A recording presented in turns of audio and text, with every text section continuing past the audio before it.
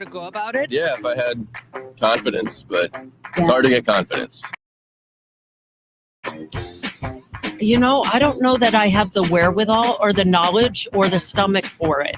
We get it, and we're here for you with Investing 101.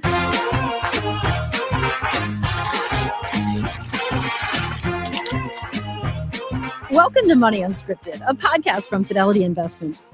I'm Ally Donnelly. Whether it's stocks, options, asset allocation, diversification, today we want to demystify investing. If you're thinking about making your money work harder, this is the episode for you. We're going to cover, how do you know when you're ready to invest? How much do you need to get started? How do you balance that question of paying off debt versus investing, and how to figure out what to invest in, or if you want to have someone invest for you? So let me introduce Fidelity's Ryan Victorin. She helps clients create financial plans for their unique and specific needs. And she's going to help us understand how to use investing as a tool to help us reach our goals. Ryan, thanks for being here. Thanks so much for having me. So let me get right into it. As we talk to people and ask them about investing, we kept hearing these kind of common themes of lack of understanding, thinking they didn't have enough money to invest, and then what to invest in. So first and foremost, answer this question. Why do I want to invest? Well, the big why is because you want your money to work as hard as you do for your money. And I've actually changed that to say harder than you do for your money. It's what gives us agency to have freedom down the road. And it's so important to try to grow the assets over time as opposed to just save the money that you've got. Let's map that out a little bit. Saving versus investing. Well, I think it's important to acknowledge that it is actually a two-step process. So you obviously have to save your money.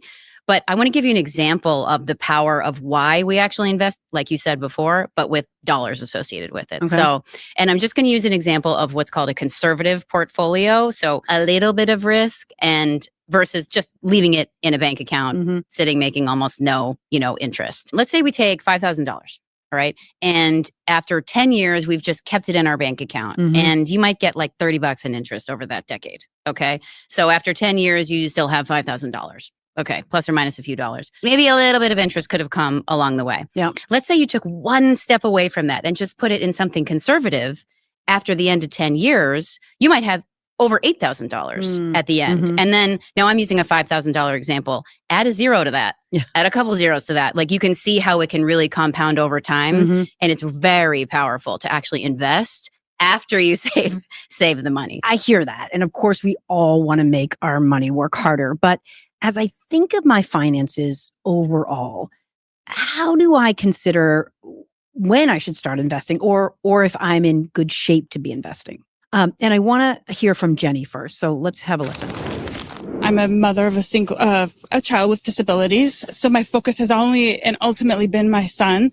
And honestly, the thought of investing anything wasn't there because my son's health was priority, but actually I should have been thinking of it because he is my priority. So you hear that, and balancing priorities is really hard.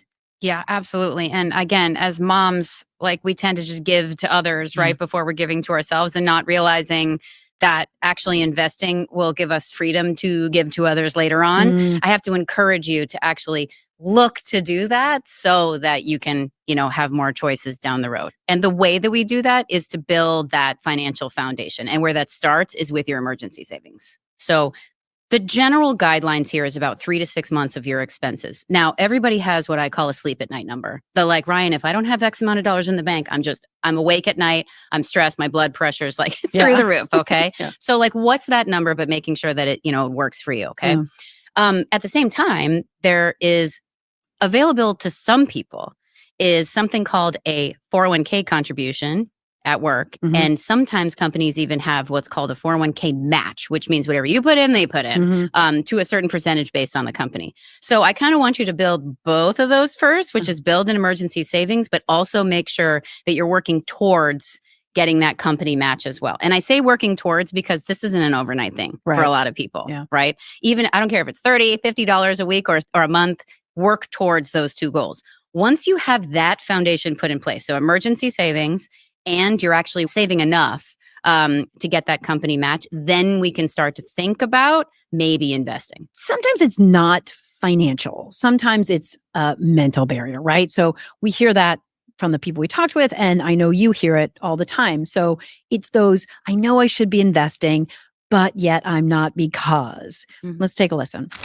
I'm scared of losing the money. I'm scared of putting money in and then it losing all its value. And then now I'm out. Yeah. All the money I put in. So yeah, that's the biggest thing holding me back is just the fear of not successfully investing. I feel like I don't have a ton of guidance with regards to like how much is too much or how little is too little, especially when I have other competing costs like daily living and paying off my student loans. I'm frankly not sure whom to trust. So talk to me about the mental barriers Yes. to investing. Yes. Something I say all the time is we should all over ourselves. So first, remove the judgment, okay, from what you should or shouldn't do. Yes, I know I'm saying there's power of investing, but don't put so much pressure on yourself is the first one. So we kind of get in our own head saying, I know I should have done this, but I haven't started yet. Yeah. And then we kind of do nothing, right? Yeah, or there's that embarrassment factor of like, oh shoot, everyone else is investing and I haven't, so I'm embarrassed. I don't want to say anything. Totally. Just move it aside is what I would, say to people. But fear is a huge component of sort of mental barrier. And that fear could mean a lot of things. Fear could mean, oh my gosh, I'm worried about the ups and the downs of the markets. I'm worried that I don't know what I'm doing. I'm fearful to ask a question for that judgment that we were saying before. So we just kind of have push through it is what I'm saying to people out there. Another really important one is that this perception that investing is only reserved for the wealthy. And it's just absolutely not true.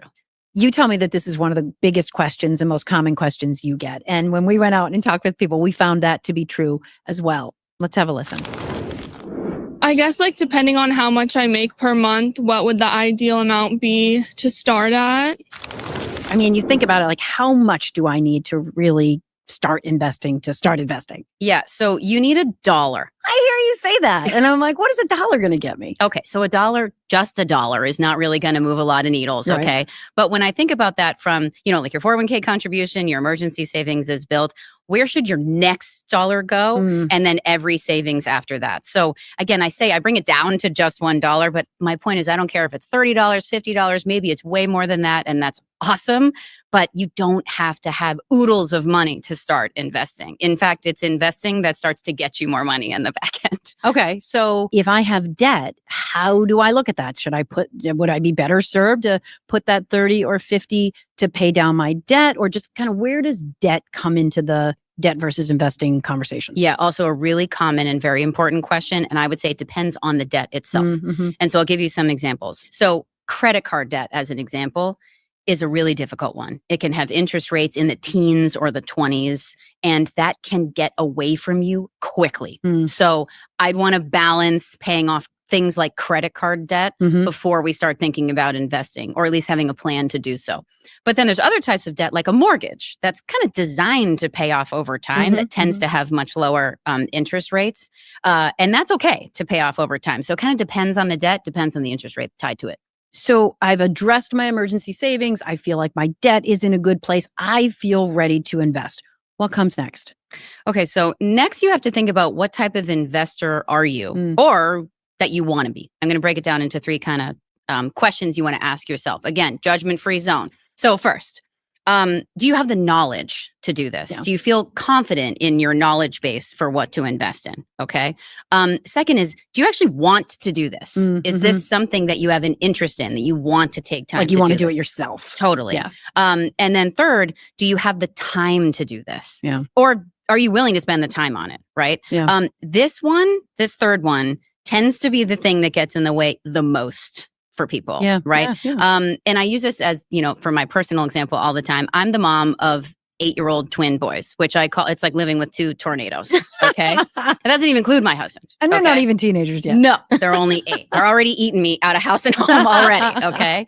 But I'm busy, right? Yeah. A working mom. My husband works as well. So as a mom, I have to decide what are the things that I'm going to outsource and get some help with of all the things in my life. Right. And what are the things that I want to take ownership to? Investing is just another one of those things. Yeah. So you have to decide, where are you with the time, to dedicate to that? Let's simplify the investing process. Walk me through, I know broad strokes, but kind of step by step, and then let's dig in. 1, you have to actually open the account that you're going to invest in. 2, You have to put money into the account. That's the savings piece we were talking about before. Mm-hmm. 3, and this is where the willing, the interest, the time starts to come in. Yeah. You actually have to choose the investment. So do the research and figure out what you want to actually invest in. 4, you actually have to go buy it. You have to place the trade. That's a, saving and investing, like I said, 2-step process. And then you have to maintain that portfolio. And I use the word maintain very purposefully because we don't just sort of check in on an annual basis and see if everything is okay. You have to maintain to make sure it's always working towards the goals that you have down the road. Let's jump to number 3, because if you're already feeling a little nervous or overwhelmed, or you're getting agita about the investment process overall, then you think about, oh boy, now I have to choose my investment. So we get a lot of questions on this. Here's a few. I don't even know all the different ways to invest. So maybe knowing which ways I could do it, and then which would be the best option for me in terms of where I am in my life right now. What would be a good investment? How will I know when I have enough? Yeah, I mean, I want to be able to retire at a reasonable age, and I don't want to work too long and not be able to enjoy what should be my golden years. So I need to know when I have enough. I have one kid going to college right now. And I've got 2 more to go. Neither my husband or I have the time to do the research. In the meantime, the money's sitting in the checking account. Yeah. So I think it really actually starts with what your goals are. I actually frame it in the following way: the who, the what, and the when. Who are the important people we're planning for? What are the things you're hoping to accomplish? And when are they happening? So let me give you some examples. Let's say you're saving for college and you want to invest for the future. Do you have a 15-year-old and it's in a few years? Do you have a 2-year-old and it's a long time, away? Or let's say retirement is a huge goal for most people. Yeah. Is it 30 years away? Is it 3 years away? And you're starting to invest for that. So the longer the time horizon, the time until your goal, the farther away from it is, the more risk you can take, because it's longer you can tolerate the ups and downs in the market. But if the goal is really close, we want to just be a little bit more careful with the way that we do that. So time is really important, but what are the actual goals you have as well? That's where to start with the framework that you can comprise for yourself. So in addition to that, you also want to think about something that is called your risk tolerance. Again, more jargon that we're trying to demystify here. We hear that a lot. Yeah. And to me, the most important word in that is tolerance. What types of ups and downs can you tolerate and stay invested? So what are you comfortable with over time? Okay. So as we're thinking about comfort levels, right? Like knowledge is definitely going to be one of those. So let's define some of our investment choices. Yes. Want to start with stocks and bonds? Yeah, let's start there, because that's really the big, what we call asset classes: stock, bonds. Okay, so let me explain what each one of those are. A stock is you purchase one slice, or commonly known as a share, of a company. And your performance, how that does, is tied to whatever that company does. Now, it tends to be riskier on the scale because it's however that company does. Right. Versus bonds, which is actually a loan. So if I'm buying a bond, I'm loaning money to a company. It could be a government, it could be an agency. And at the end of a certain period of time, which you set up at the start, you would generally expect to get that money back. Doesn't always happen. We can't say guaranteed, but at the same time, it tends to be a bit more stable than the stocks that tend to go up and down, and you get interest along the way. So that's the difference between those two things. One's a little bit riskier, one's a little bit more stable, generally speaking. How about mutual funds and ETFs? Yes. So this is a big category that we're going to break down. Mutual funds, generally speaking, are for people who say, yeah, I don't know what stock or bond to buy, like not for me, and I need help, generally speaking. So let me give you an example. Let's say you and I say, no, thanks, not for me. I don't want to choose these investments. We want to pool our money together to create a mutual fund. Mutual fund. That's where that comes from. Look at you all these years. I didn't know. I didn't get that. So what that means is we're saying we don't know what we want to do. We want to pool our assets together, and we got to pay somebody to do this for us. And it could be a person, it could be a team who's trying to actually grow the money and try to outperform, if we were trying to do it ourselves. Right. That's a mutual fund, and that's what's called actively managed. Okay. Okay. Because somebody else is doing it. Somebody else is doing it. Got it. Right. And they're actively trying to make decisions to try to do well over time. So different companies could slide in and out? Different companies. It could be stocks. It could be bonds. There's all sorts of mutual funds. Okay. There's also a type of mutual fund called an index fund, which is similar, but there's no person trying to beat anything or it's still trying to grow. It's just trying to participate in whatever the investment. So if it's a stock index fund that could be tied to, let's say, the stock market, it's just going to do whatever the market does as opposed to paying a team a little bit more to try to beat the market, as an example. Same thing with bonds, generally speaking. And a mutual fund feels more active. Yes. And an index fund feels more passive. Yes, Is that that's fair? what's called passively managed. That's exactly right. Then the next part of this, you exchange what's called an ETF, an exchange traded fund. Okay. You can have it be actively managed or passively managed. But one of the major differences between mutual funds and index funds versus ETFs is when they trade throughout the day. So mutual funds and index funds trade at the end of the day. ETFs trade throughout the day. Why does that matter? It matters because let's say you want to sell something, you see a price that you like, or you want to buy something at 10:30 in the morning and you want that price. That's what an ETF does. Okay. Similar to that's what a stock does at the price, a price that you see it at the time. Yeah. But if you don't, you see a price on a mutual fund and you trade it at 10:30 in the morning, it's still not going to trade to the end of the day. Not better or worse, just different. Okay, I got you. I got you. Okay, so you just walked through those investment choices. But then again, like as I'm looking at them, how do I choose? How do I make that decision? I think going back to those questions I asked before, right? Do I want to do this? Do I have time to do this? Do I have the knowledge to do this? If you need some help, then there are really two paths you want to go to. One is either a fund that is diversified all by itself. There's commonly called target date funds. We see them a lot in 401ks. Lots of people are already invested that kind of way. So it's a mix of stocks, bonds, and cash. And then over time, it'll be tied to a date and get safer, let's say towards retirement. Okay. It'll get safer as you approach that goal. That's one version of help where you say, all I have to do is pick that fund and then just put money into it and automate it is what I'd want to see. And then of course there's full-fledged professional management that people can explore, but that's a whole other podcast. But if this is not for me, I can tap somebody else. Yeah, absolutely. That's right. Yeah. So kind of leaning into that, I'm gonna do it myself. I feel like now I'm ready to make a trade. Yep. Where do I start? What do I do there? So that's going to all be based on where you trade. So the main thing to think about when you're actually going to place the trade is what are the costs affiliated with that? That's actually part of the research for the investment itself. Okay. Now at Fidelity, it's commission free to trade stocks most of the time. But you want to look into that when you actually go to do it, to physically go and buy. You can call your institution and ask how to do it, and you can do a lot of it online, but you want to know the cost affiliated with it too. Why does the cost matter so much? We want to make sure our cost is low as humanly possible, right? And it's the cost of whatever the actual trade is itself. Free is always better in my opinion, obviously. But at the same time, it's cost could be, if you do need it managed, how much would that cost? And what's the difference between you trying to tackle it yourself versus a cost invested? And what's the cost of not doing it? If not, you don't take action because you don't feel comfortable, and it might cost a little bit more to have somebody do it for you, but they are actually taking action, that might be worth the cost. So it's all an evaluation. Yeah. So I feel comfortable. I have a portfolio. I'm ready to make trades. I'm doing it.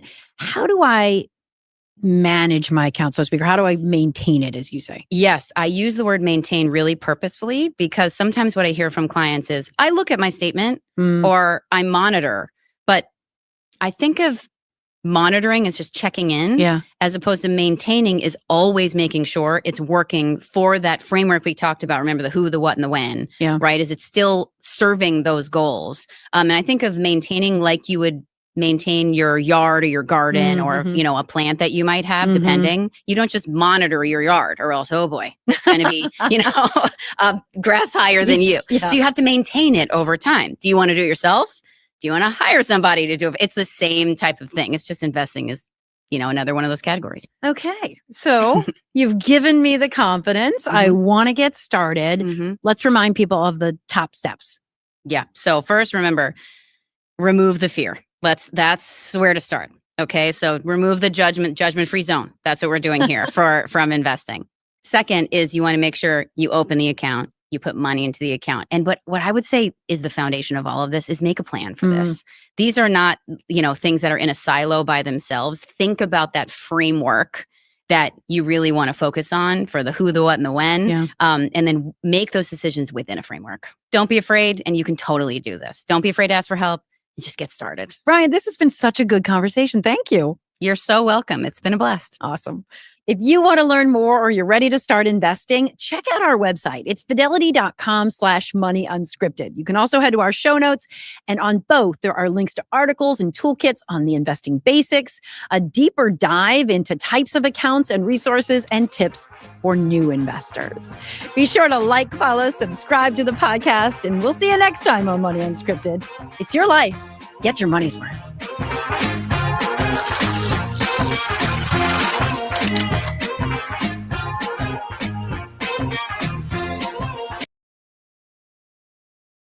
I don't think people ask the hairy, scary questions. Having conversations at home around money, that was not a thing. There's nothing to ever be embarrassed about.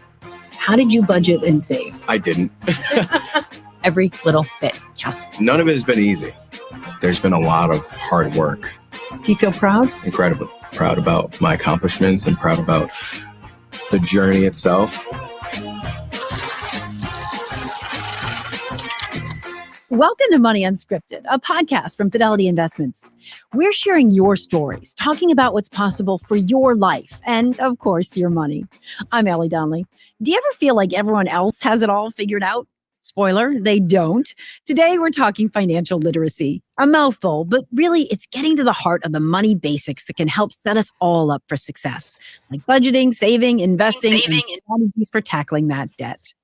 I love this next story. It's about a teacher who, like so many of us, never talked about money as a kid, so didn't learn those basics until later in life. He'd say he's still learning, aren't we all? But you'll see, all the work he's done to build that financial foundation is paying off. We gotta start wrapping up. We have class in 3 minutes. Let's go. Folks can open up their laptops. Steve Josard is a 7th grade English teacher and dean at the Epiphany School in Boston, serving families from economically disadvantaged homes. The school has the motto of never giving up on a child. And so that child can grow into a 34-year-old man with 2 kids, and the school's still around and supporting and making sure that that person is successful. Some of these images work really well. Steve just described himself. You see, he's a teacher at Epiphany, but a graduate too. The son of hardworking Haitian immigrants, he knows what it's like to struggle. My parents had to work a lot in order to afford a little. Mm-hmm. And, I think about being in high school and getting off from football practice and not having had enough money or a lot, like enough to buy lunch at school and coming home to figure out, okay, is my mom home? Has she cooked a meal? Up until that point, he had only seen money, or lack of it, as a barrier. But when his parents scraped and saved enough to move out of public housing and into the first house of their own, he saw money as possibility. We had a backyard. It was on a dead-end street. And so it was just felt really freeing. And I love that feeling. And I knew that was something that I wanted. But that dream of home ownership would take a while. Bring me back to your 20s. How did you budget and save? Yeah, so I didn't. Then Steve got his job at Epiphany. He met his wife, Melissa, and they got a life-changing opportunity, a 1-bedroom staff apartment, rent-free. That's a huge stressor off. Yeah. It was such a great opportunity financially. We would have stayed there forever, right? and saved. But we wanted to start a family together, and that just wasn't going to be the place for it. He gives a lot of credit to Melissa for setting them on a path of intense budgeting and saving to try and reach their goals. We were just really mindful of taking both our salaries and thinking about, okay, what do we need and what do we spend together? Steve took classes, watched videos, read everything he could to learn more about his finances and how to manage them. And he took what he'd learned and the savings from living in staff housing, and they bought their first home. We ended up landing on a 2-family house because of the financial opportunities that presented us. As they raised their 2 beautiful girls, they bought a single family, keeping the multifamily as an income property. Do you feel like you've achieved financial freedom? No, not at all. A lot of the decisions we've made, it's for the long term. And the long term is we're not even close to that. What are some stressors? Debt. It's a lot of debt. It's nice to say that, you own 2 homes, but we don't really, there are 2 mortgages that have to be paid.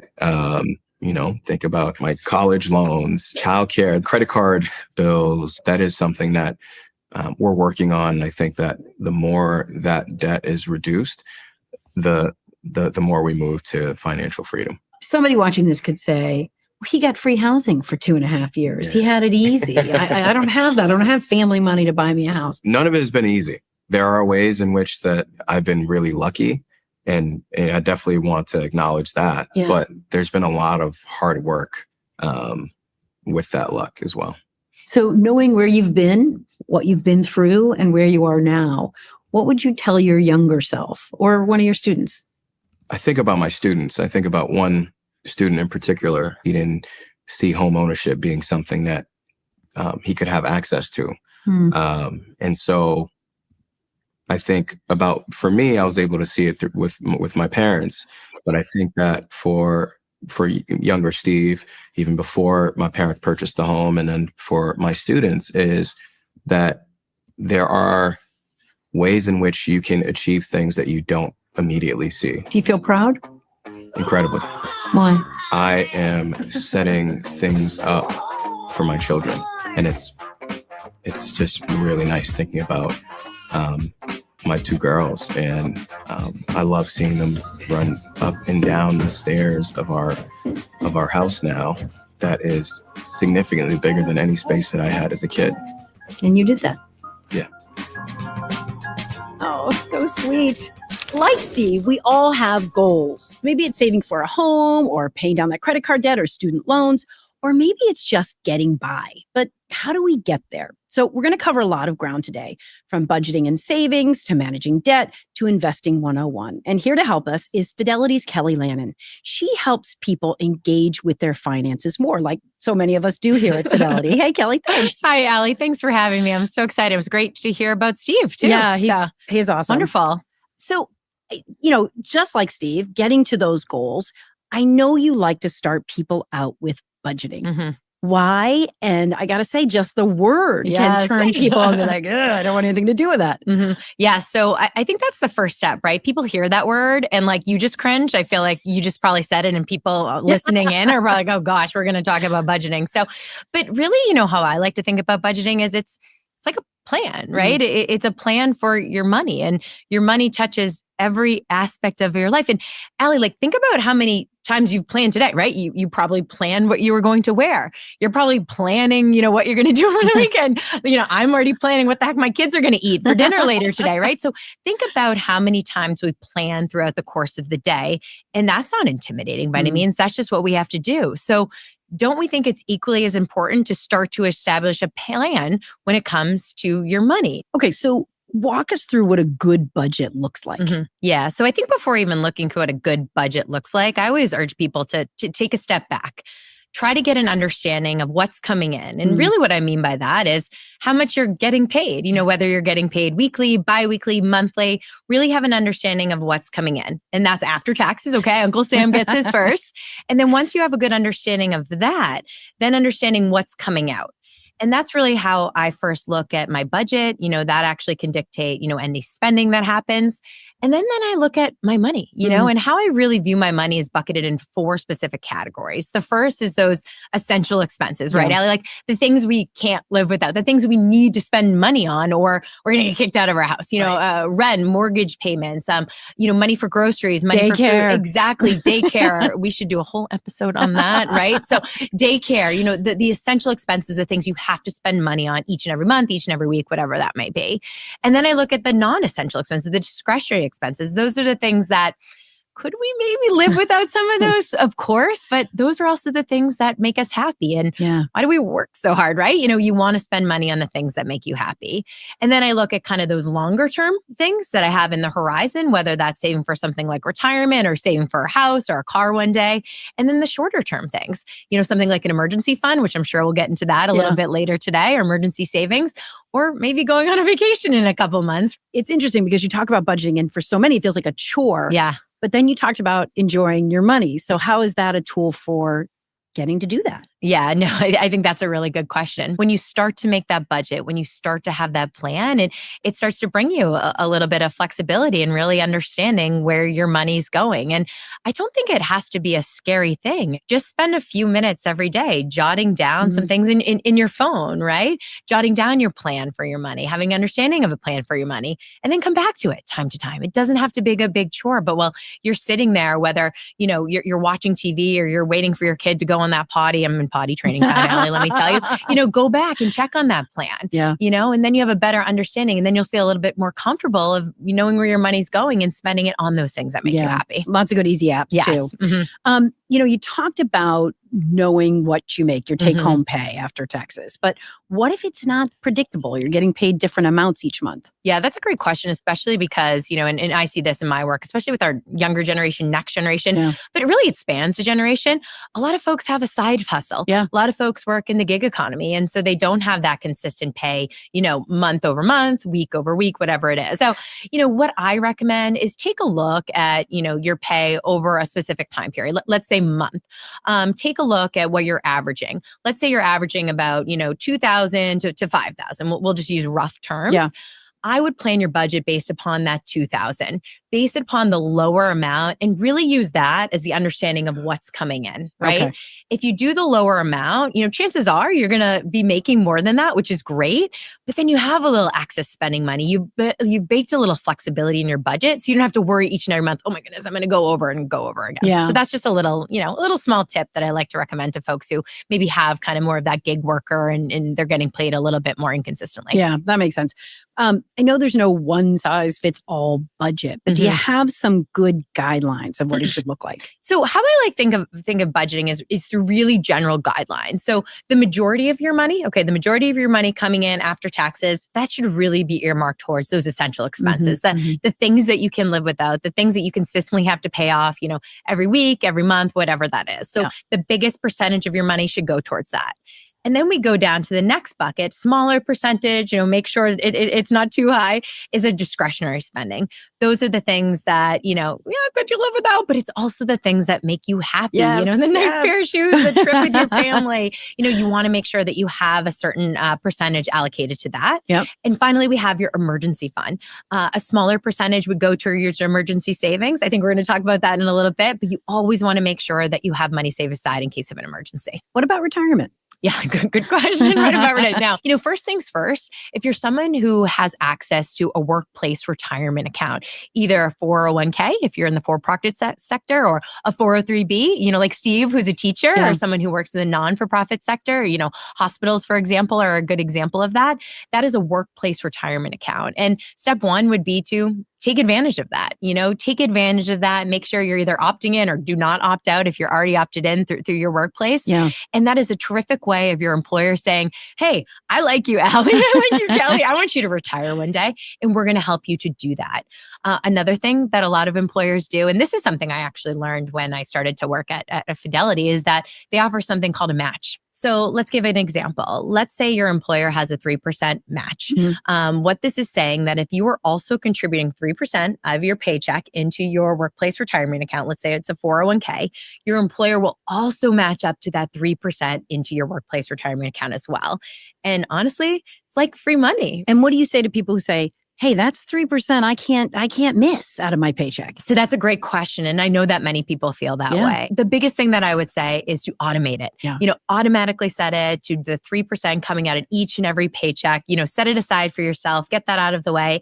And candidly, you won't even miss the money. One thing just to add, Ally, because I think there's probably some listeners out there who are like, I don't have access to, workplace, retirement account. And that's okay too, because we also have something called individual retirement account, IRAs out there. A Roth IRA or a traditional IRA, the difference between the two is how we treat them from a tax perspective. But those are also accounts that if you don't have access to a workplace retirement account, you can actually open that on your own. And that is also an option for everyone out there listening who might be thinking that themselves. And that stays with you for life. It does. Yeah. Yes, it does. And, something else on both of those notes, someone said this to me when I started working at Fidelity, when I opened, had that 401k. If you are investing for your retirement, if you're putting money aside for your future, you are an investor, right? Yes. You might not think it, you might not believe it, Yeah. but you are an investor and you should take pride in that. And that should be something that helps build your confidence that you're really making your money work a little harder for you. Yeah, it's a great call out. Just hearing that Mhm. title feels good. Yeah. Okay, so I tamed the beast. I've created this budget. How often do I need to revisit it? Yes. And so, like I said, it's something to check into here and there. It's something to check into if you go through a life event or a life stage, such as, having children, getting married, buying a house, switching jobs, taking on a new opportunity, which may pay more or pay less. These are all really good times to take a step back and make sure that the budget you've set up is working for you. Yeah. I mean, it puts a lot of focus on the positive, but Mhm. honestly, obviously, like things go wrong. Mhm. Cars break down, a dentist bill, I Yeah. lose my job. How do I start thinking about an emergency savings plan or an emergency fund and how much I should put into it? This is a great question because this is really core, in my opinion, to Yeah. any sort of budget. Often, this is one of the first things that we ask anyone when they're really starting to think about their money for the first time. Do you have money set aside in case the unexpected happens? Because we know that it does. Yeah. And so when I think of emergency savings and what works really well for me is that I keep it in a separate account. I keep it separate from the rest of my money, my spending bucket, if you will. I have a separate bucket for it that I kind of keep to the side. Now, that Mhm. works fairly well for me. It's obviously different for everyone else. Yeah. But the other tool that I do, and I've already actually referenced it once today, is automate. I automatically have a set amount coming out of my paycheck each and every time I get paid that automatically goes to my emergency fund. Similar to my comment about retirement, I set it. I don't have to think about it. I'm not going to miss that money. It's going in there. And the thing is, it doesn't have to be big. Yeah. We have certain guidelines. For example, we always recommend, set a buffer of about $1,000, right? Start there, set about $1,000 just in case, but start with $20, Mhm, every paycheck. Start with $20 every other paycheck. If you're just doing this consistently, no matter what the amount, it will pay off in the long term. And for those who might be a little bit further along in their journey, because again, we love guidelines here at Fidelity, you have the $1,000, you're being pretty consistent by putting the money into that account. Make sure that you take a step back and roughly try to cover about 3 to 6 months of your essential expenses. That's another guideline. I know some people like to really hear that. Well, after the 1,000, what do I do next? Right, And that's yeah. also what we say. 3 to 6 months for a lot of people feels very out of reach. Mhm. What would Yeah. you say? And so I, again, go back. Every little bit counts. Yeah. Every little bit counts. It doesn't matter how small. If you are, being consistent, if you're putting money set aside, if you automate, that will add up in the long term. Okay. You talked about retirement accounts. So we've covered a little bit, but dig in a little deeper. So beyond budgeting and saving, what if I want to start investing? And I love that you said if you have a retirement account, that you're already an investor. Mhm.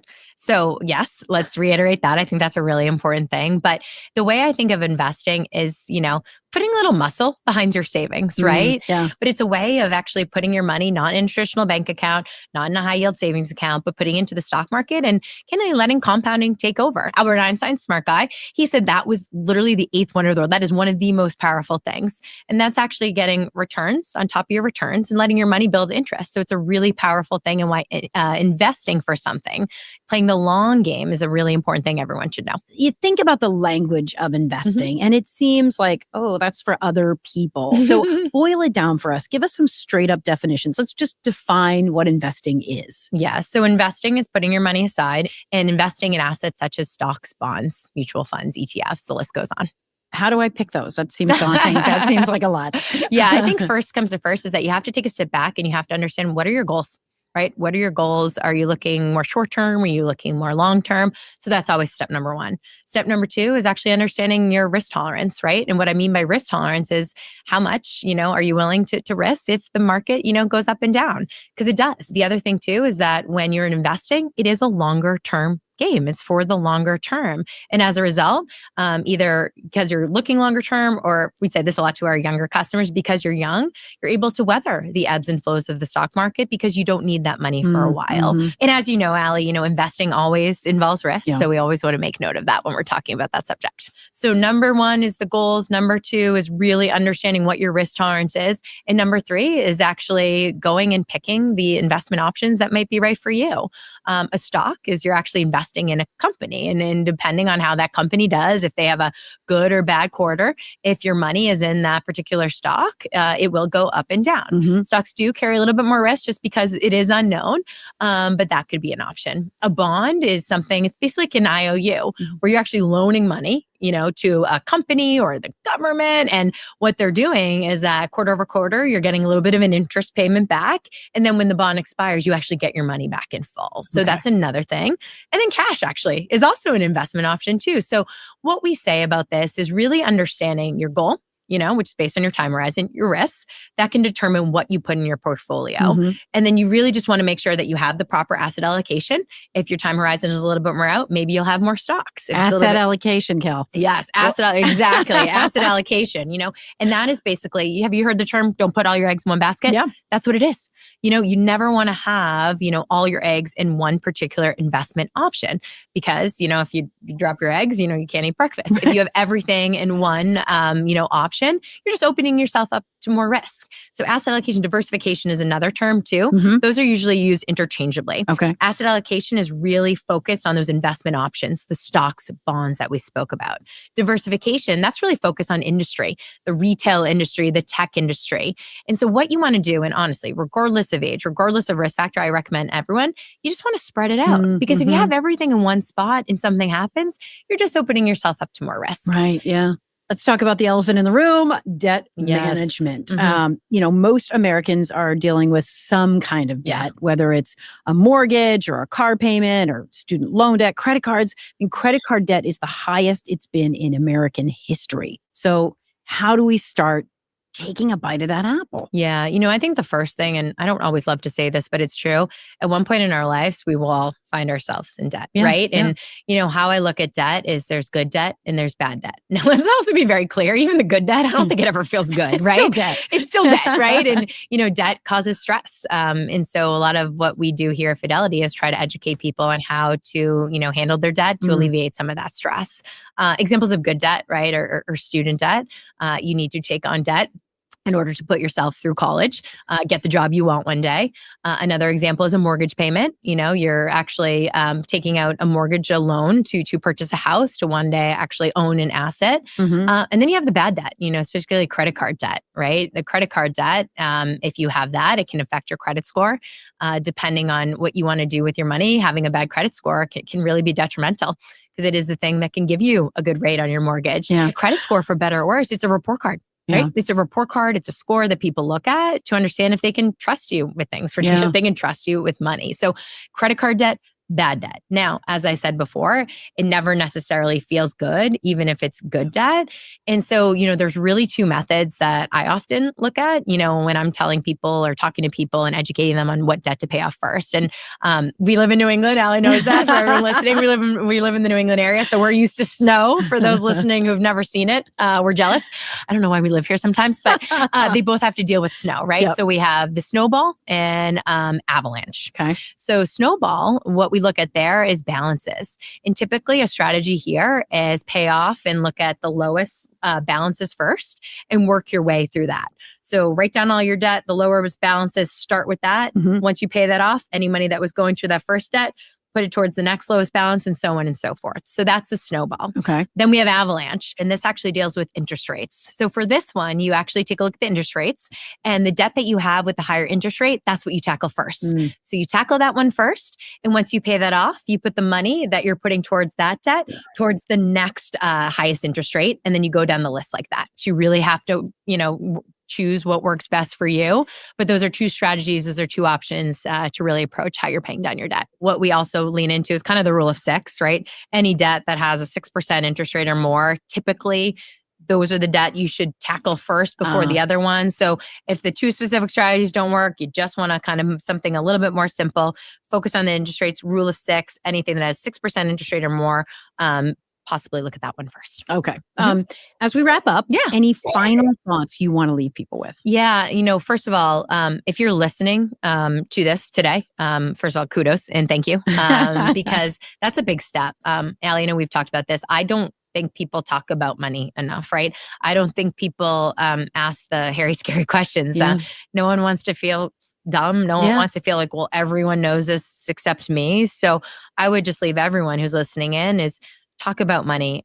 Ask questions, find trusted people in your life, turn to podcasts like this that can help you work through these things. There's nothing to ever be embarrassed about because chances are if you have that question, a lot of people around you have the same question. And, we just want everyone to get everything they want, out of their life, and money can help them do that. And our goal is to build the confidence to help you do just that. Awesome. Kelly, thank you so much. Thank you so much for having me. I really appreciate it. This has been great.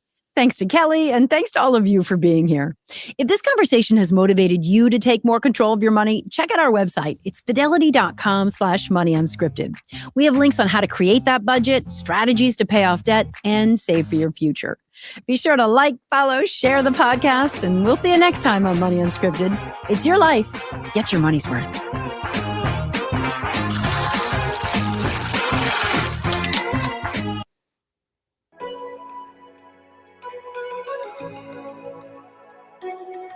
Welcome to Fidelity Viewpoints, making a plan for retirement income. I'm Heather Hedges with Fidelity, and this chapter is called Go From Saving to Living in Retirement. If you're watching this, then congratulations. You probably spent much of your life working hard, and now the prize is finally in sight, retirement. So this chapter is going to talk about how to transition from saving to living in retirement. That involves looking at the math, of course, but also the emotions involved in the process. And we're going to walk you through the key potential retirement risks. So to talk about those things, I'm joined by Ryan Victorin, Vice President here at Fidelity and a financial consultant in the Boston area. She holds the CFP designation, and she's been a consultant for 15 years and helps clients build and maintain their retirement plans. And Scott McDonald, Vice President, Wealth Management, who also holds a CFP designation and has 20 plus years as a subject matter expert in the field of retirement income. Welcome to both of you.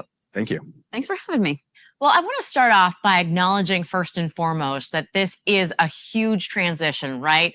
Because most of us spend the majority of our lives focused on working, and saving our nest egg for retirement. So I'd really like to talk about this transition, not just on a numbers level, but on an emotional level. Ryan, when you sit down with your clients, I'm curious, have you found that they are emotionally and mentally prepared for all of this? Yeah, I actually think this is something that people don't mentally prepare for enough. And then when they get there, they're surprised by how much of an emotional challenge it really is. And I mean, on the one hand, it's really an exciting time because you can think about living the life you've in retirement that you've worked so hard for. But on the other hand, when you actually get to that moment of transition, it can be, kind of stressful and you're going through a lot of emotions at once.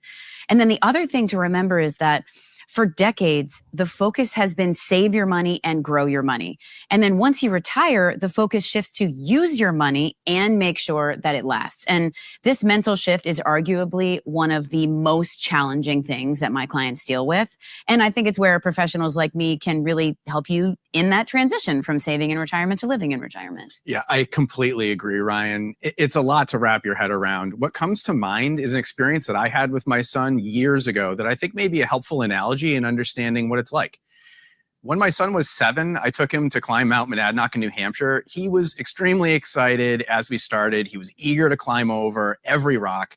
And as we progressed, he grew more confident with the trail. And at times he stumbled a little, but kind of fell into the mountain. So no big deal. After taking in some amazing views from the top, we started to make our way down. Callan, though, thought it would be better to crouch down and slide along these long, flat rocks. So I had stopped him right away and explained if he slipped and went head over heels, he would be hurt badly. When he misstepped or stumbled at the beginning on the way up, the stakes were pretty low. He probably wasn't going to get hurt. But if he fell forward at the top of the mountain near the start of our descent, it could have been disastrous. It's a familiar parallel with the experience of growing your savings to then for the very first time needing to live off of your savings. Both have risks, but these risks are very different. Paychecks from work are going to stop. What was once regular money coming in is now money going out, or it's becoming less if you're working part-time. It can be daunting and uncomfortable, but that's okay. With preparation and support, you can do this. I love that analogy. I think analogies are just so helpful for us understanding, what it's going to be like. So thanks for sharing that, Scott. Ryan, I know you talked about how clients are surprised by how hard it can be to start thinking about spending down their savings often. And I think I used to think of financial consultants as number crunchers. Yes, obviously you do that, but you also do so much more than that, I'm learning. Can you talk about how you and your team really coach clients to follow through with it despite it all feeling so uncomfortable at times? Yeah, absolutely. And, we really do love our numbers. Okay. But, and honestly, it may sound a little bit hokey, but I do ask them to visualize what it's going to be like when the paycheck stops, and then just sit with that for a little bit. And then my clients start to tell me how they feel about the idea and how comfortable or uncomfortable they might be with it. And I just want them to visualize some of the pain points, honestly, that might happen in retirement so that they're ready. So things like what it would be like to be in the throes of a recession and you have to withdraw your money and you're not saving it anymore. These moments can be difficult to live through. So I'm just trying to help them prepare for these moments before they happen. Yeah, certainly. And this is where mistakes can be made, especially during challenging market times when emotions run high. That's really why you need a plan. We need to figure out how to build a plan that is going to be mathematically sufficient, but also is a good fit for what you want and you need to do. Yeah. And as someone who really helps clients make these plans all the time, I often say, listen, I might not be 65 and heading into retirement, but I've gone through retirement about 1,000 times with my clients. So we try to find a way to be comfortable with making the math work, but a plan that you're comfortable and that you can stick with. And we have experience doing this. So we know that the financial planning process allows clients to move away from an emotionally reactive state to proactively preparing for the risks that face us in retirement. That's a lot of going through retirement, Ryan, and you still have so much energy. Let's go deeper a little bit on those risks that we face in retirement that you mentioned, Ryan.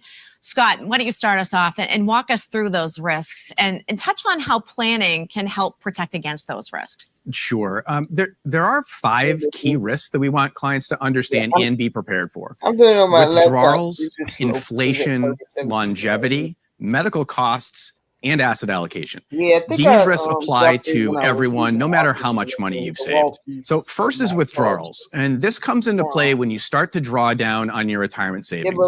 During the planning process, we'll help you understand a targeted withdrawal rate and determine whether or not it's sustainable. We'll get into more of that later in the discussion. But in other words, we want to ensure that you don't overdraw the funds during your lifetime and run out of money. As you can imagine, the less you withdraw from your portfolio, the longer your money will last.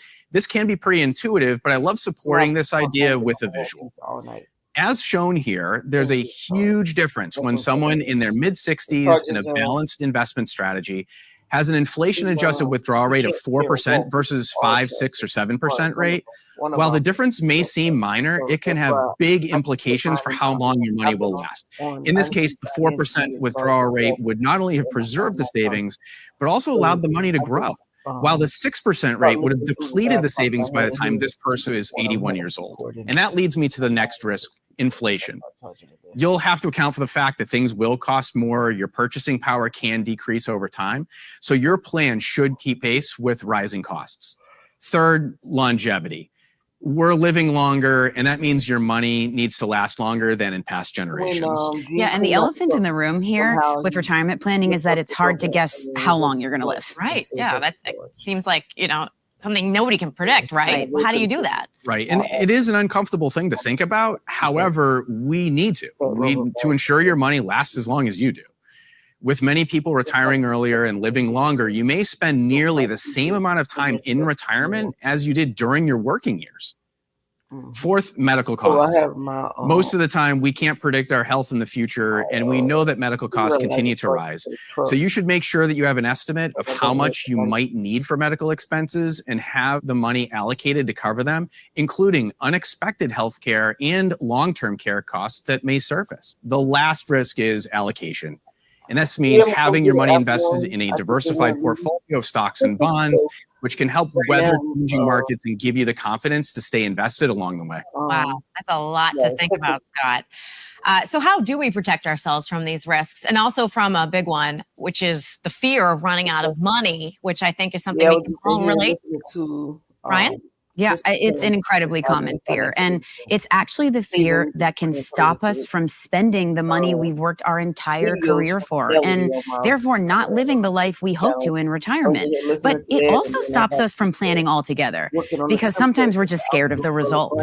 But the thing is, it is the process of looking at the numbers and creating a plan itself that can help alleviate the fear and help you feel so much better. And I know we're going to get into the details, of this in the next chapter, but I'm just going to ask everyone to just push through the fear. Stay with us. It is what we are here for. All right. Trust you, Ryan. I'm going to push through the fear and stay with you. And to synthesize what you just said, I think having a plan also gives you the grace to know when you can say, it's okay for me to spend this. And I think sometimes just giving yourself that permission can be such a relieving feeling. So thanks for laying all of that out for us, Ryan and Scott. And to recap the big takeaways from our discussion, first, acknowledging the transition to retirement can be both exciting and stressful at the same time. And this can lead to some emotional decisions if you're not prepared. There are some key risks that we have to be mindful of throughout the planning process, and we need to build a plan that helps you mitigate those risks. So in the next chapter, we're going to go a little bit deeper on the major components of a retirement income plan. But for now, for Fidelity, I'm Heather Hedges. That's the inside.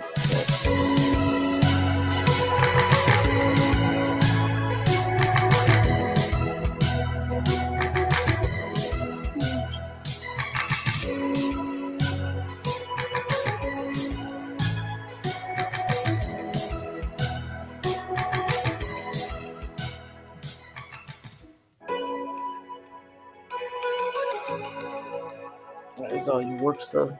Welcome to Fidelity Viewpoints, making a plan for retirement income. I'm Heather Hedges with Fidelity. This chapter is called Understand the Pieces of a Retirement Income Plan.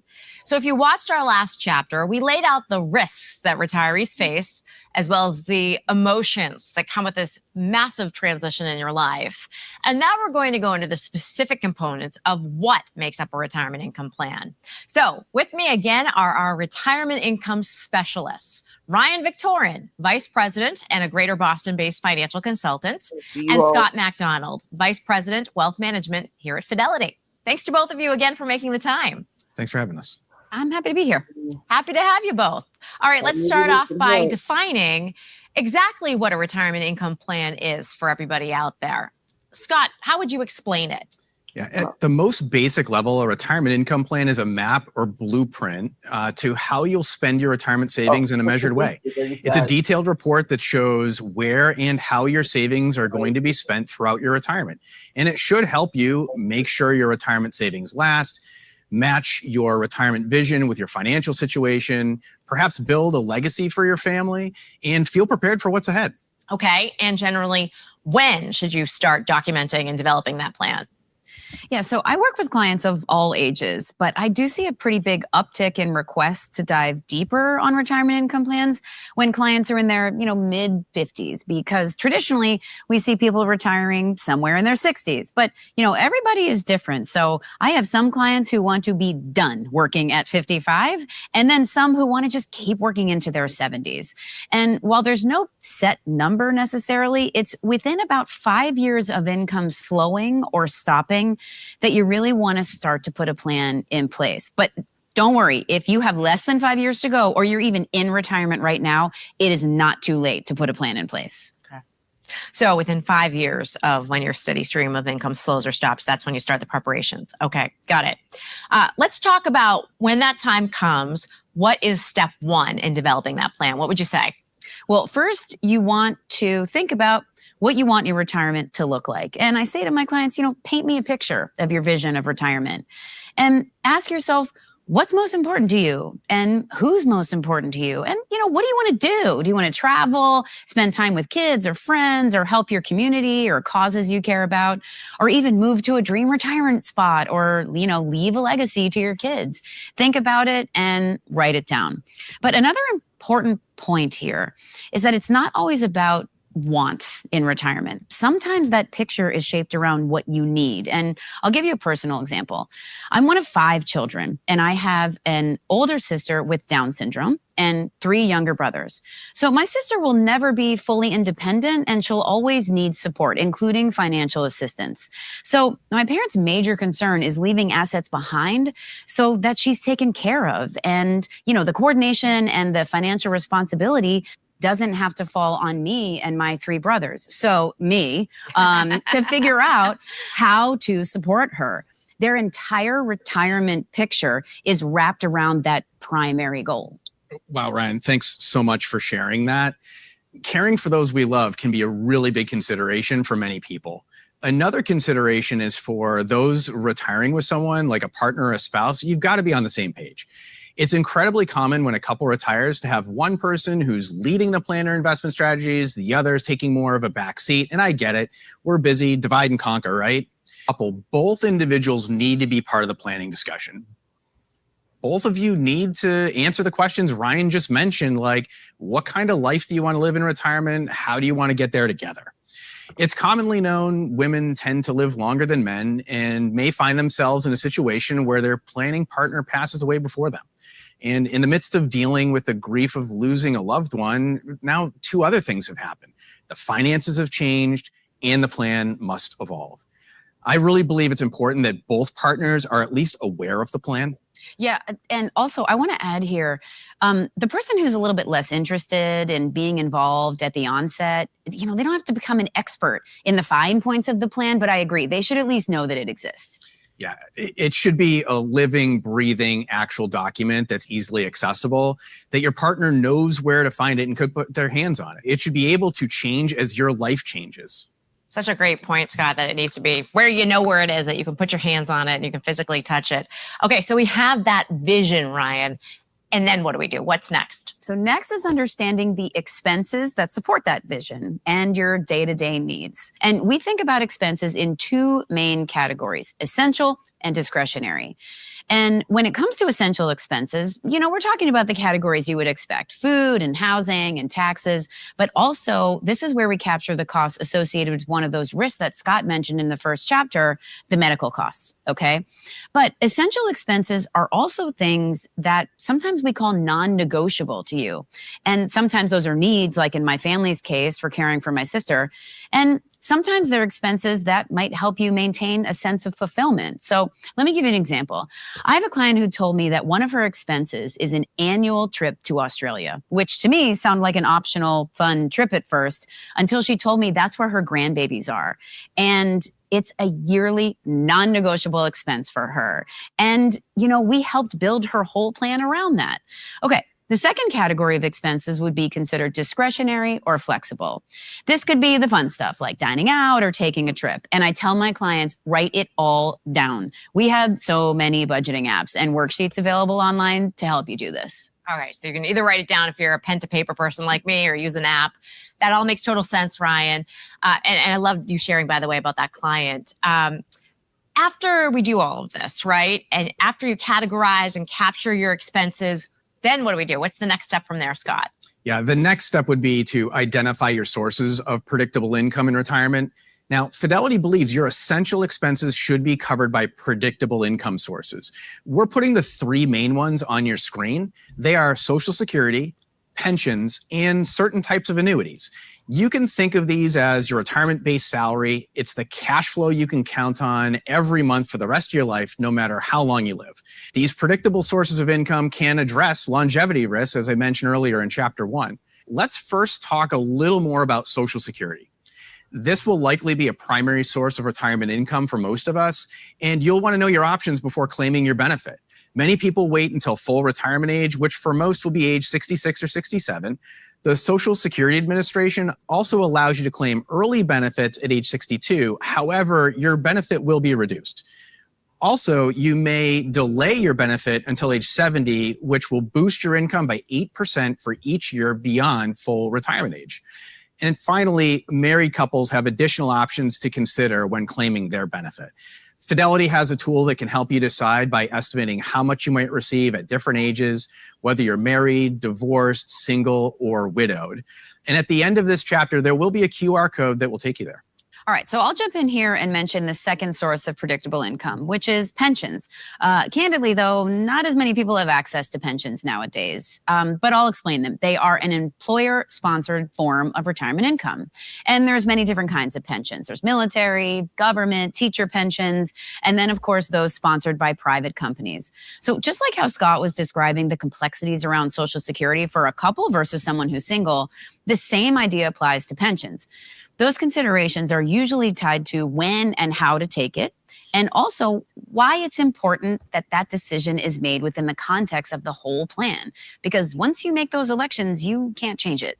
Yeah, thanks, Ryan. And the third source of predictable income is a guaranteed income annuity.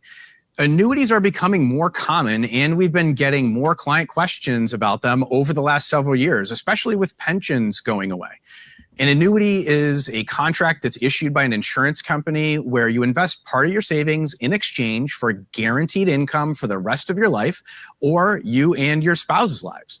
It's essentially like having your own personal pension. This is a simple way to generate reliable income to support your lifestyle, and you don't have to worry about the stock market volatility and fluctuating interest rates affecting your income at all. Now, there are different types of annuities and different customization options. Some annuities allow for the money to start now or the money to start in the future, and they can be customized with features such as cost of living increases and beneficiary protection. And something interesting that we're seeing is employers are now starting to help retirees and making it convenient for them by offering direct access to guaranteed income choices within the workplace plan. But you'd have to check with your employer to see if that's something that you do have access to. I want to step in and focus a little bit more on the beneficiary protection feature that you mentioned, Scott, because there's some common misconceptions in this area. I get a lot of questions from my clients about what happens to the assets you invest in annuity when you pass away. And I would hear things like, okay, I get that it's income for life, but if I buy annuity and it passes away a year later, well, then the insurance company gets all of my money. And this is actually not true. You have the ability to customize features of an annuity to ensure that if you pass away earlier than expected and there are assets left over, those assets can go to your beneficiaries.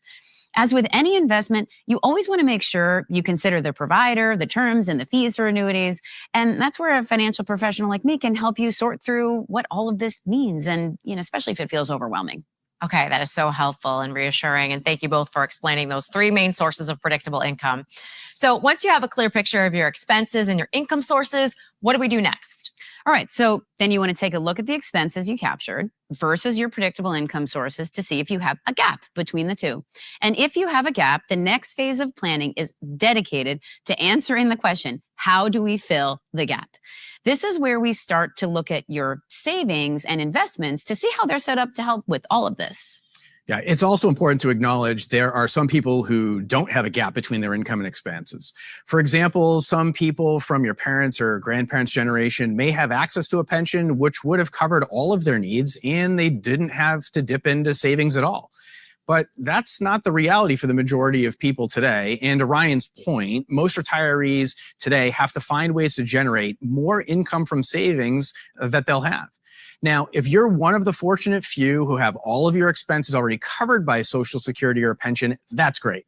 If that's the case, we can focus our attention on your growth goals and other financial objectives. Okay, and we will dig more into that growth component later in this discussion.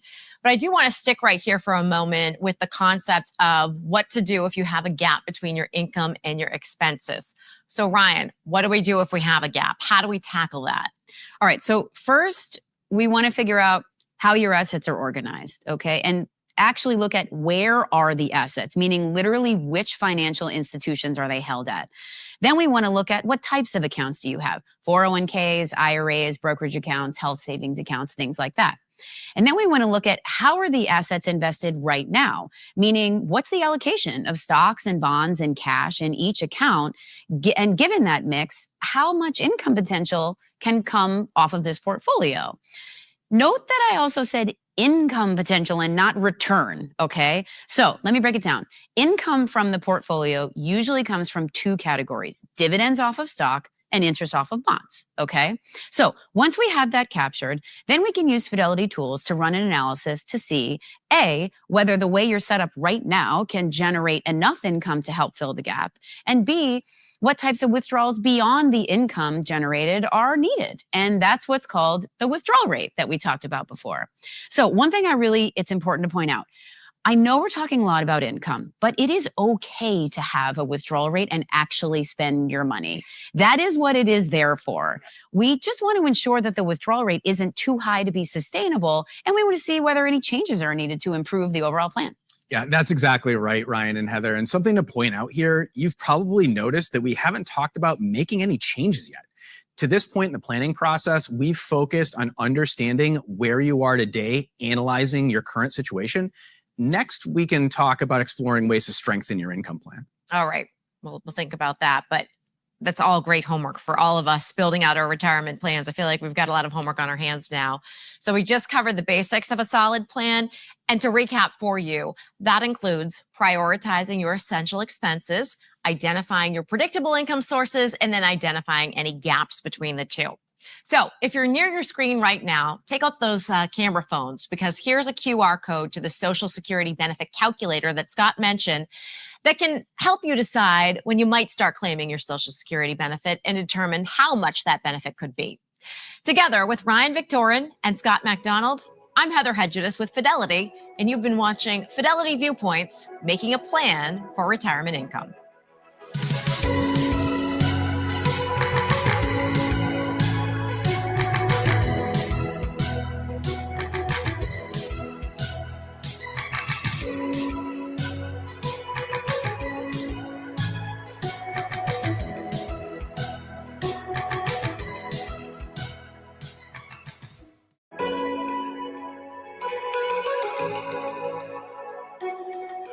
Welcome to Fidelity Viewpoints, making a plan for retirement income. I'm Heather Hedges with Fidelity. This chapter is called Create Retirement Income While Protecting Your Savings. Up until this point, we've been discussing the transition from working and saving for retirement to actually living in it, and the importance of building a detailed income plan, which is a map of how to spend your retirement savings in a measured way. As part of that exercise, you might find that your essential retirement expenses aren't covered by your predictable income sources like Social Security, and there is a gap. In this chapter, we're going to talk about how we approach covering that gap and the importance of making sure that your money continues to grow in the years ahead.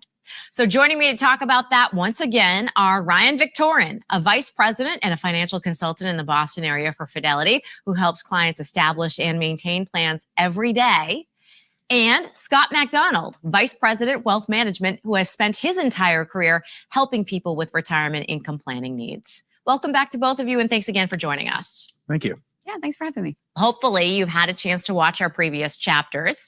Now we're at the point where we want to look at all of our assets and determine if our asset mix provides income through dividends off of stocks and interest off of bonds to cover the gap.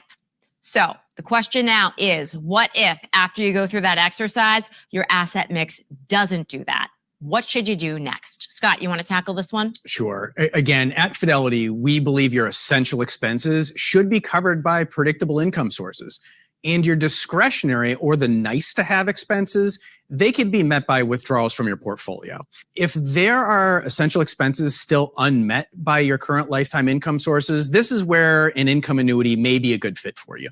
In the last chapter, we mentioned that annuities can make a lot of sense when we're faced with a gap. And the reasons we believe an annuity is a good consideration is because it can address two of the risks that we all face in retirement: longevity, because you can't outlive the income, and allocation or the markets, because the annuity payments do not fluctuate with the ups and downs of the markets. The last thing that we want you to do is jeopardize your ability to continue to afford what you've told us is most important. An income annuity addresses this challenge with certainty. And if your portfolio is unable to meet your spending expectations in retirement, you may have to make some changes, which may include either working a little longer, consider supplementing your income with part-time work, or reducing your expenses. reducing your expenses is never the first preference, right? Never fun. So anything you would add here, Ryan? Yeah, sure. I have actually a little bit of a qualitative addition to what, Scott just mentioned. The reason we stress the importance of predictable income goes back to where we started this whole conversation with how stressful and difficult staying invested can be in those times when you're watching your life savings affected by market turmoil that you just can't control. Now you add withdrawals on top of that scenario. And if it's, too much of your lifestyle moves with the winds of the stock and the bond market, it can lead to some emotional decision making.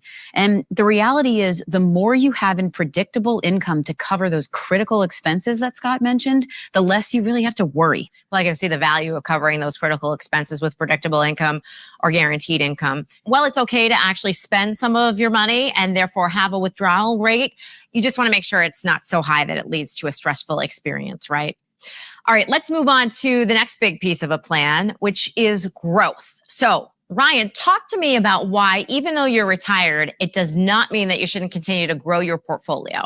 Sure. So once you go through all the steps we've outlined so far, you will know how much of your assets will be used to fund your retirement. And everybody's a little different. Some clients need every penny. Some clients are fortunate enough to be able to leave behind a legacy. And lots of clients are somewhere in the middle. And even if you need all of your money to support your retirement, there has to be a growth component to the plan. In fact, the more of the assets that you need to support your retirement, the more important it is to get the growth piece right. And you can't just keep it all under the mattress. Your money needs to work for you. And I totally get it. Our clients have worked so hard for their money, and sometimes we just find them like hanging on to their savings so tight and they're unwilling to risk it. And I know it feels like the safe thing to do. But what you have to realize is that not having a growth piece and therefore not participating in growth over time can potentially be more harmful than being invested and experiencing the market's up and downs. Yeah, Ryan, you're absolutely right. And the other thing to point out here is that sometimes when we hear the word growth, it's really easy to make that leap automatically to think aggressive growth, all stock, ultra risky, and that is not what we mean. We're still talking about a diversified portfolio that's managed in a disciplined way with a primary goal of potentially increasing the account value over time. We use Fidelity tools to determine how much risk might be appropriate for you based on your personal situation. It's critical that we identify the right mix for you based on your criteria, your risk tolerance, time frame, and most importantly, one that you're comfortable sticking with even during challenging times. We know that things are going to be more expensive in the future, and having a plan for growth can allow you to potentially live comfortably throughout your retirement. So whether you're planning yourself or working with a professional to do it, we want to make sure that you have the tools available to potentially keep your money growing and working for you. Wow, all of that makes sense for anybody who needs all of their assets in retirement, which is most of us. Ryan, I know you mentioned at the start of this discussion, though, that some people want to or need to leave behind a legacy. So I'd like to dive a little bit deeper on that topic now. Yeah, absolutely. If you're fortunate enough to not need all of your assets for retirement, you could actually be planning with two goals in mind: retirement and legacy. Legacy being when you want or need to leave assets to the people or causes you care about once you pass away. This means that you could also have two growth components to your plan. The first could be the part of your portfolio dedicated to addressing inflation and rising costs in that retirement goal. And the second could be a part of your portfolio that, for lack of a better way of saying it, is for beyond your lifetime. And that means you might be fortunate enough to have assets that won't be even touched for 20, 30, or 40 years or more in some cases. And with that type of time horizon, a more growth-oriented portfolio could be beneficial. Okay, well, that's helpful. And it really reinforces the importance of knowing how much to dedicate to each goal. I can see why having growth as a part of an overall plan really makes total sense. I'd like to talk now about the options that clients have for actually going about building a portfolio for growth. What are the options, Scott?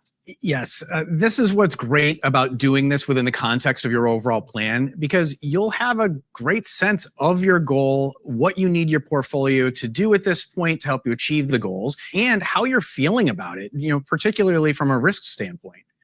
Once you have this understanding, you can land on an appropriate asset allocation and invest accordingly. But remember, Heather, this is not just a set it and forget it. As markets move, you should also be making adjustments. It's a great point. I also think we put a lot of pressure on ourselves to tackle all of this on our own. And the reality is, you have choices. And I work with all sorts of clients from an investment management perspective. I have some that absolutely love doing this. They want to be in the weeds and the details. They love using our tools and the resources online to support their investing needs. But I also work with clients who say, yeah, this is not for me. I need help. I need to outsource this. And we have a discussion about what type of professional management they really want to explore. Two other important points I want to make. One, there's no one way that you have to do it. And two, professional help is not just reserved for the wealthy. Two great points there, Ryan. And we could probably have an entire discussion just dedicated to those last 2 points. But this highlights the importance of reaching out to us so that we can help you navigate all of this. You know, we talked in this chapter about what to do if there's a gap and why your plan needs to have a growth element to it in order to keep pace with inflation. And we talked about how even sometimes a secondary growth element is needed for those who are hoping to build a legacy plan. To recap, your retirement income plan is a living, breathing document, and you certainly don't want to set it and forget it. For help, you can reach out to us. You can go online to find more information. You can call us, or you can book an appointment online. In the next chapter, we're going to talk about the instances where you'll want to make sure you're revisiting the plan to make sure it's still supporting the life that you're living. For Fidelity, I'm Heather Hedges.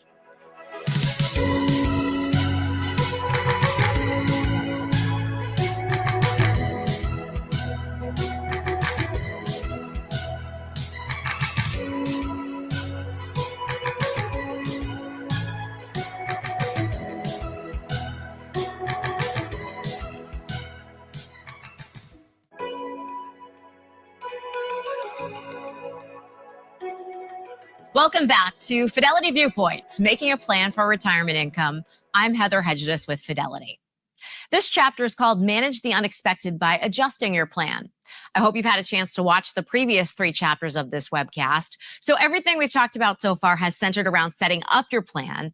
But then life happens, right? Either economic conditions change or even personal situations change, or possibly both. So now we're going to talk about how to know when it is time to make a change to your retirement income plan and how to go about making those adjustments. And we're going to arm you in this chapter with some actionable next steps that you can start as soon as you finish watching this webcast. Once again, I'm pleased to be back with Fidelity's Ryan Victorin, Vice President and a financial consultant in the Boston area who helps clients establish and maintain plans, and Scott MacDonald, Vice President, Wealth Management, who's an expert in retirement income planning strategies. Welcome back once again to both of you. Thank you, Heather. Thanks. Ryan, I know you talked earlier about how you've gone through this thousands of times alongside clients. Could you share with us what to do when the unexpected happens? In other words, how do you know when it is time to reevaluate your plan? Well, first, I think it's important to understand that sometimes we actually have a misconception about what financial planning actually is. And the visual that comes to mind is that, you go through this big exercise and you do all of this work and you get this, inch thick printout that you stick on a bookshelf, and then it just sits there collecting dust that we never, revisit again. And I get it. I acknowledge that this process is a little front end heavy to establish, but that's why we've been describing a retirement plan as a living, breathing thing that grows and adapts and adjusts with you as you go through your life. And just like anything else that's living and breathing, it has to be cared for and tended to, so that when events outside of our control happen, we have a framework for how to adapt. And some examples, like you talked about before, are, major market events like a recession or personal events. And I don't just mean hardship events like, the death of a, family member or spouse, or a significant change in your health. While those are important, I'm also talking about happy reasons to reevaluate your plan, like a marriage or grandchildren. So it's also good to review your expenses annually, especially because we've already talked about the importance of addressing inflation. And the reality is, even when we do set up a plan that tries to anticipate the risks we face in retirement, we can't foresee everything. And that's why financial planning also involves monitoring the progress to ensure that things are coming together in the way that we wanted and adjusting when needed. Okay. Well, Ryan, you just hit on how market events and personal events could affect a plan. And I want to go a little bit deeper on market events specifically because, they not only affect everybody, but also there's so much information coming at us these days, it feels like, in the media and online. And it can be so easy to get wrapped up in the noise, right? And feel nervous and get worked up about what it all means. So, Scott, I was hoping you could kind of talk us through how we can navigate that.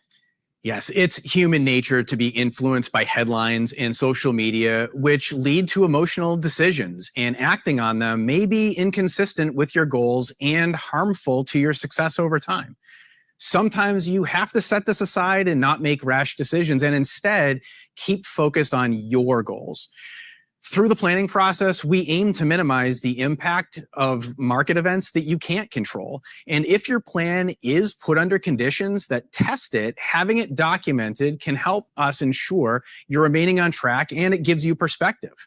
And if you're unsure about the potential impact of market events or a change in your life, you can review your plan with a financial professional. Okay, thanks, Scott. For clients planning with a spouse or a partner, I want to talk about how do you help clients plan for the difficult but pretty likely scenario that one person will pass away first? Should you get that detailed in the plan? Ryan, what do you think? Absolutely. Yeah, we definitely do get that detailed. And, the reality is we try to plan for a variety of outcomes. And as you just mentioned, it's not uncommon to have a blended scenario when, one spouse or partner might pass away a little earlier, maybe in their 70s, and the other might live all the way into their 90s. And unfortunately, Heather, though, it's one of the most emotionally difficult aspects of what I do, but it's really important to talk about. And while there's absolutely no way to avoid the grief that comes with these moments, the more prepared the plan is for these moments, the less my clients have to worry about finances during that time, though.